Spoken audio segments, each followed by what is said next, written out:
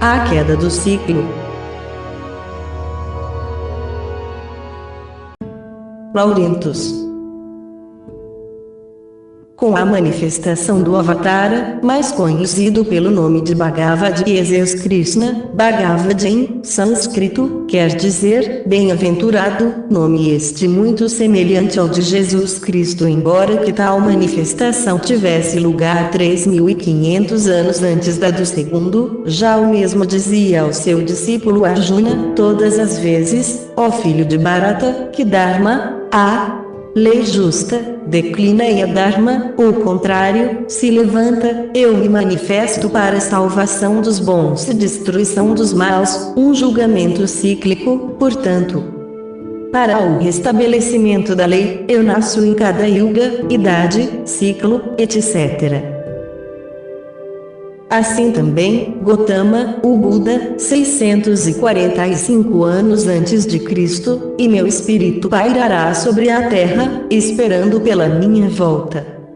Quanto a Jesus, são por demais conhecidas estas suas palavras, quando ouvirdes rumores de guerra, não vos assusteis, porque é preciso que tudo isso aconteça. Levantar-se a nação contra a nação e reino contra reino. E haverá fome, peste e terremotos, em vários lugares. Mas todas essas coisas são apenas o começo das dores. E, depois da aflição daqueles dias, aparecerá no céu o sinal do Filho do Homem. Desse modo, qualquer pessoa mesmo que de mediana cultura poderá compreender o verdadeiro sentido que se acha por baixo das palavras dos três referidos iluminados. Muito mais ainda se souber que da vida universal é repartida em ciclos. E, portanto, os mesmos se sujeitam a elevações e quedas, ou declínios. O que seria da humanidade se nos momentos de queda ou declínio ficasse abandonada a seus próprios erros? Antes de mais nada, sua evolução espiritual na Terra estaria comprometida, ou antes, terminada antes de tempo. Bacon já se referia a tais momentos ou instantes da evolução humana com o seu construir et destruir. Do mesmo modo que Vico, com o seu corsi e ricorsi. Pelo que se vê, a manifestação da essência divina ou do espírito de verdade, como querem outros, nos interregnos de um ciclo para outro, não é mais do que um novo impulso que se procura imprimir a verdade lançada ao mundo, no começo da sua evolução, pelo planetário da Ronda, também chamado de legislador, ou Manu semente, pois que, no final dessa mesma ronda, ele voltará como Manu colheita, para dar como terminado o esforço integral de determinado número de avatares ou manifestações divinas que, em verdade, são as suas próprias manifestações parciais ou totais na Terra. Foi ele, pois, o primeiro codificador dos chamados mandamentos da lei de Deus, que vem servindo para todas as religiões, mesmo que, os supracitados Manus, sua forma parcial e total nos demais ciclos, também procurassem retificar os referidos mandamentos, por se acharem adulterados pelos não conhecedores da sua primitiva origem, e assim agindo de acordo com os interesses dessas mesmas religiões ou igrejas.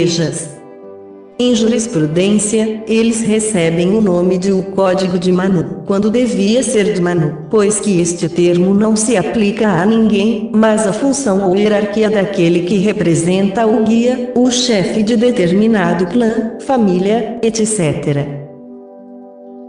O termo Manu, na língua sânscrita, quer dizer o homem, o ser possuidor de inteligência superior à dos demais homens. E a prova é que, do mesmo termo se origina o de manas, mental, a inteligência, etc. E foi dele, ainda, donde surgiram o inglês e alemão. E há até o nosso próprio termo homem, homem, nome ou não homem, em vez de urna, dizia-se outrora no próprio idioma inglês, para distinguir o sexo feminino do masculino. A expressão impulsionar a verdade na sua primitiva origem, ou prístina integridade, vem provar que existiu uma verdade divina, da qual os homens não deviam afastar-se. e que é justamente a razão do termo Adharma, contrário a Dharma, a que se referiu o bem-aventurado Krishna. Com outras palavras, aquele que não for iniciado em semelhante doutrina, como sabedoria dos deuses, mas também sabedoria iniciática das idades, não pode ser um homem perfeito ou adepto da boa lei, como é chamado nas teogonias orientais. O termo teosofia não quer dizer apenas sabedoria divina ou de Deus, mas dos deuses, ou espíritos planetários.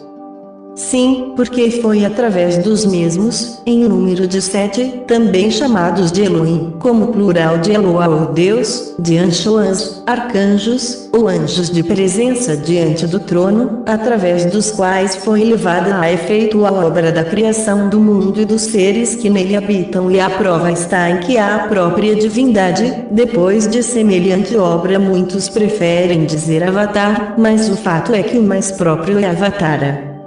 É ele idêntico ao éon grego, que significa manifestação da divindade na Terra. O termo éon lido anagramaticamente da ONU é bíblico, que embora muitos o ignorem, é um avatara, ou antes, um Manu, como prova ter ele conduzido seu povo, não em uma barca ou arca, como diz a própria Bíblia, e sim, para a arca ou agartha, região subterrânea que idêntica a Shambhala, nenhum cataclismo a pode destruir. De Deus provém Teuim, com o significado de deuses, astros, espíritos planetários, portanto, cosmogênese e antropogênese. Nesta, com o auxílio de outras hierarquias. Concluída, ter proferido 7 vezes as seguintes palavras: está certo, está real, está verdadeiro.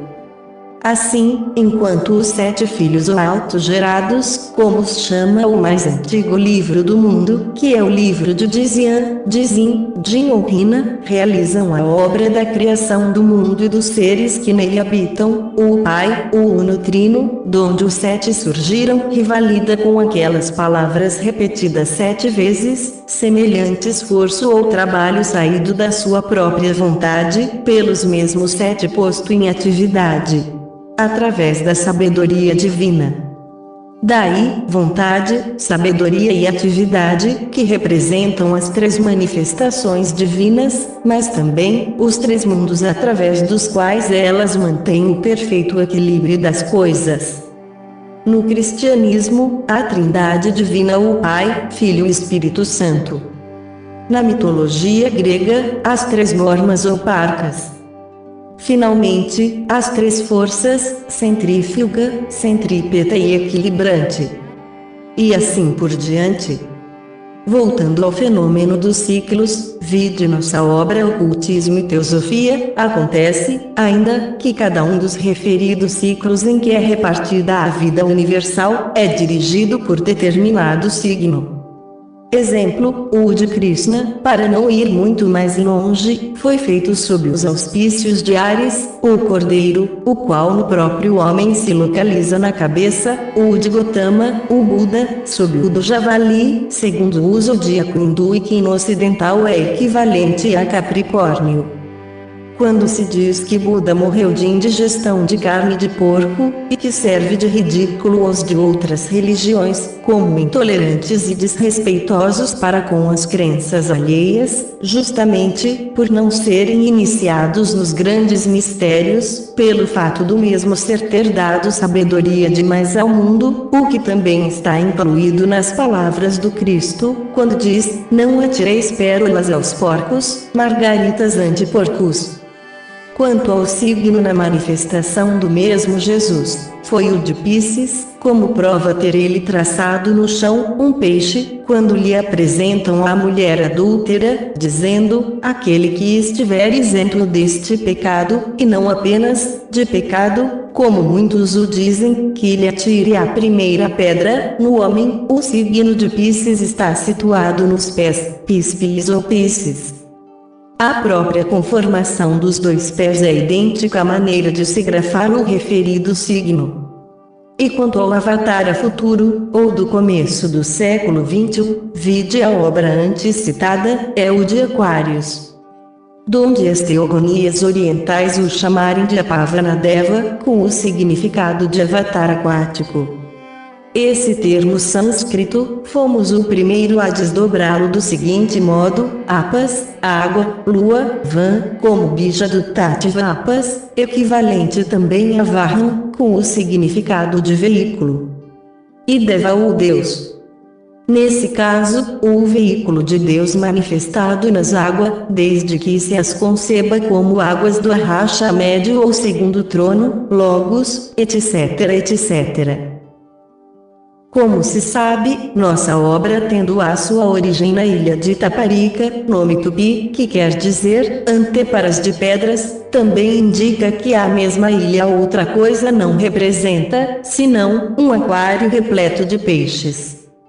O mesmo Anchieta, que esteve naquela ilha em catequese aos tupinambás, quando viveu em Conceição de Itanhaém, e fez a mesma coisa com os índios daquela localidade, ensinou-lhes a construir um viveiro cercado de pedras para a criação de peixes, como se dissesse que o mesmo, agindo desse modo, construía uma ilha de Itaparica em miniatura.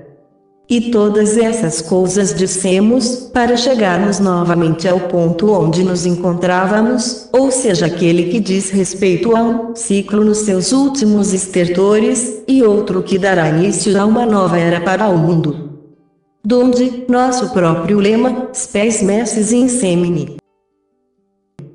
A esperança da colheita, a nossa própria, reside na semente, que de há muito vimos semeando, principalmente no Brasil, como santuário que é da iniciação do gênero humano a caminho da sociedade futura.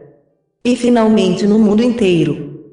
Assim aqui, duas correntes se manifestam no mundo, há dos que continuam subordinados ao velho ciclo. E há que observa-os são os princípios, mandamentos ou o viveiro ou aquário. Código do Manu, do novo ciclo. O mesmo hino da Sociedade Teosófica Brasileira, por ser a única detentora no mundo, de semelhante movimento, intitula-se, O Alvorecer do Novo Ciclo. Sim, o primeiro setor vive na própria decadência do ciclo anterior, ou antes, de acordo com a Dharma. E o segundo setor, com Dharma, a lei justa. E, consequentemente, o primeiro com a vidya, a ignorância das coisas divinas. E o segundo, com vidya, o conhecimento dessas coisas divinas. Razão pela qual são teósofos ou iluminados. Ninguém pode avaliar de quantos recursos temos lançado mão desde o começo de nossa instituição até hoje, ou seja, no longo período de 30 anos, num labor constante a favor da felicidade humana. Mas, como disse o mesmo Jesus, muitos têm sido chamados, mas poucos os escolhidos, equivalente a eleitos, elite, etc. Sim, porque desde o começo já era dito, precisamos de qualidade e não de quantidade. Semelhantes palavras dizem tudo, inclusive a razão pela qual alguns, não poucos, deixaram as nossas fileiras. Dentre tais recursos, figura o nosso próprio slogan, que vai ser apresentado à própria ONU, da qual nossa instituição é uma das suas filiadas, um só idioma, o Esperanto, por exemplo. Um só padrão monetário, o mesmo valor para todas as moedas. Uma frente única espiritualista, de que foi motivo nossa sexta convenção este ano em São Lourenço, tendo alcançado grande sucesso. É complemento a semelhante esforço de nossa parte, aquele despendido pela Legião Propagadora das Verdades Espirituais, funcionando na capital da República. E na qual já se acham filiadas diversas instituições de caráter neo-espiritualista, uma nova ciência, por sua vez, já expusemos de público, a qual possui o nome de eubiose, que em nada difere do de teosofia. Isto, através de o luzeiro. Todos os setores da vida humana estão incluídos na referida ciência, inclusive o da política, hoje em franca e dolorosa anarquia, tanto no Brasil como no mundo inteiro. Em nossa mesma obra antes citada, tivemos ocasião de dizer, outrora se dizia, cada povo tem o governo que merece. Hoje deve-se dizer, todos os povos têm o governo que merecem. Isto, por estarmos num fim de ciclo apodrecido e gasto. Ninguém mais acredita nas promessas, tanto dos messias políticos como dos religiosos. De fato, prometer e não cumprir, é o que se vê por toda a parte. A isto os dicionários chamam de charlatanismo, embuste, etc. Mas do ponto de vista político, também se deve chamar de traição à pátria. Por mais que se julgue em contrário, a multiplicidade de dogmas concorrem para a confusão estabelecida em nosso próprio país, inclusive as religiões se metendo na sua política, mesmo sabendo que o poder temporal é um e o espiritual bem outro, na razão do dai a César o que é de César, e a Deus o que é de Deus, ensinadas pelo próprio Cristo. Não falemos ainda dos que se ofendem mutuamente, mesmo que todos pregando em nome de um Deus único e verdadeiro. Sem falar nos falsos messias e profetas, por sua vez, apontados pelo mesmo Cristo, como prova de que os tempos esperados já chegaram, isto é, de um novo ciclo. Suas palavras do começo deste estudo completam as nossas. E como ninguém seja profeta na sua terra, como ensina o velho provérbio, um grande número de brasileiros, triste dizê-lo, preferem os que vêm de fora, aos seus próprios irmãos de pátria. Haja vista, certo indivíduo procedente do Uruguai, e em companhia de falsa sacerdotisa, que alimentam o fogo, nada sagrado, do sexo. Cercado desses mesmos brasileiros, na sua maioria, anciãos atraídos pelas referidas mulheres. A tal indivíduo, como mercador de mulheres, se poderia dar um nome mais próprio, mas que, infelizmente, não ia muito bem com semelhante trabalho. Deixemo-lo com o seu serralho, numa cidade fluminense, que lhe ofereceram os tais brasileiros do ciclo decadente. E que, em todos os domingos a bacanal, pobre Deus Baco, dos fogos. Vide em Dará, página 3, número 1, a transcrição feita do artigo do grande jornalista carioca Enoque Lins, da Gazeta de Notícias, funcionando na Secretaria do Ministério da Justiça. Sagrados da colheita das uvas, etc., se repete para gáudio daqueles que buscam a verdade nua e crua, e nunca, jamais, em tempo algum, a verdade divina, como única que aos homens ilumina. E que dizer das tais Miss, dos famosos concursos, que não passam de exploração sexual e comercial, como disse muito bem o ilustre Patrício Menotti Del Pitti em valioso artigo publicado no Shopping News?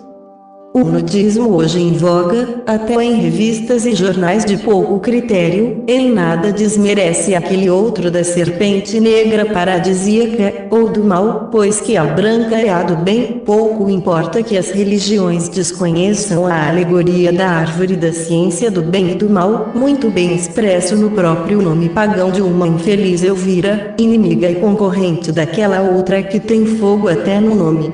Mas o fogo infernal do sexo, que em vez de iluminar os homens, ao contrário, fá-los cair cada vez mais na destruição completa dos seus princípios superiores, por trazerem eles, também, enroscada no corpo, a serpente negra do mal, untando-lhes com o veneno fatal da segunda morte.